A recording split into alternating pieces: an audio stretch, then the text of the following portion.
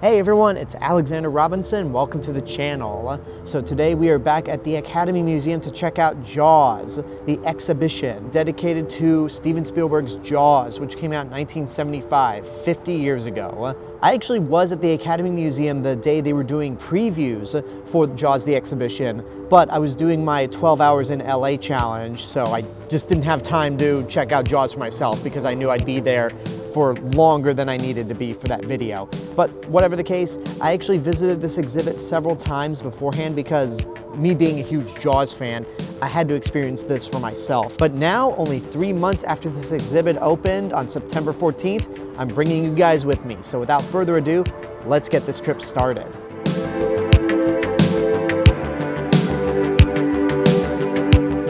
Jaws the exhibition is located on the 4th floor of the Academy Museum, and I love how it starts off with the Welcome to Amity sign, except it's renamed the Academy Museum Welcomes You, and then we get the basically the scenery of the first scene where Chrissy goes into the water and later we find her remains. I just love how dark this first room is. You get nothing but the ocean noise, the white Jaws logo that appears in the film, and then John Williams' score building up.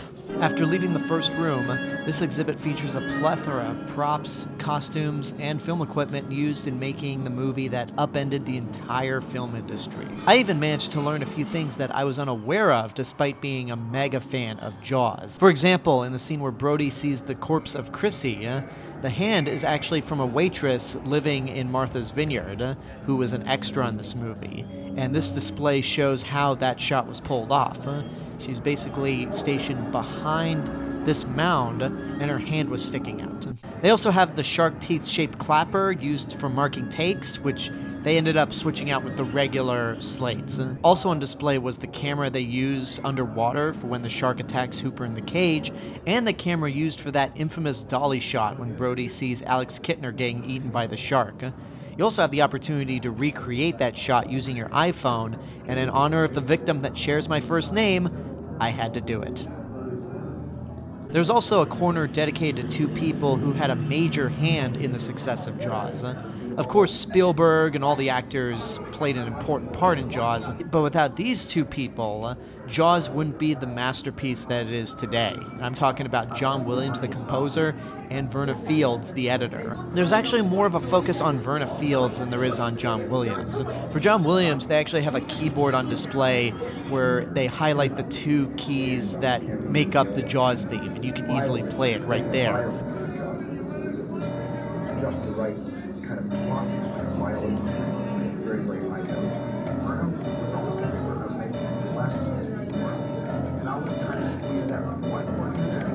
However, there's more of a focus on Verna Fields. They have the Oscar on display that she won for Jaws, the moviola that she used to edit the movie while on location, as well as a small room designed to look like her swimming pool, where they filmed the infamous scene where Hooper finds Ben Gardner's head. Spielberg wanted one more big scare for the movie, so Spielberg used his own money to shoot this scene in Verna Fields' swimming pool. It should also be noted that this exhibit is set up to mostly go in order of the film's events.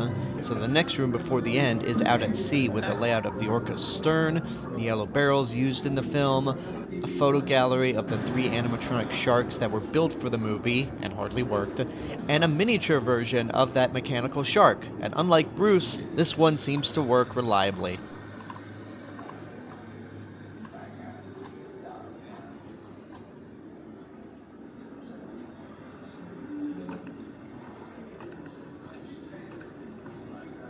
Finally, the last room is about the legacy that Jaws left behind. From the impact of the famous, "You're gonna need a bigger boat" line. You're gonna need a bigger boat. How it impacted pop culture, the film industry, and how it changed the way people view sharks. For better and for worse, unfortunately.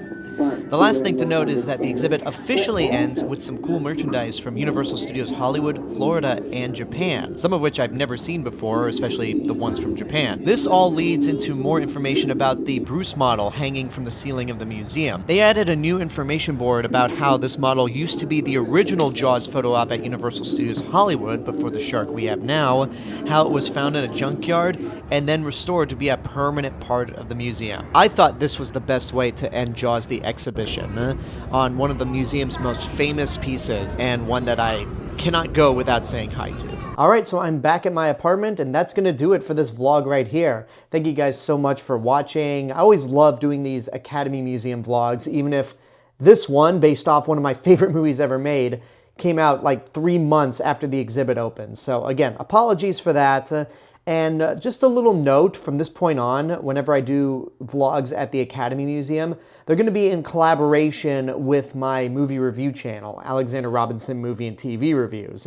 This is only going to be for Academy Museum videos, or maybe any other vlogs that are film related, but that might be pretty rare. It's a new feature that YouTube introduced this year, and I figured, hey, why not take advantage of it for some videos here and some theme park videos that are still over on my movie review channel. So once again, thank you guys so much for watching. You have until July to check out Jaws the exhibition if you haven't checked it out yet. And if you already have, then let me know what you think in the comments below. And if you made it to the end of this video, that must mean you really like it. So go ahead and hit that subscribe button if you're not subscribed.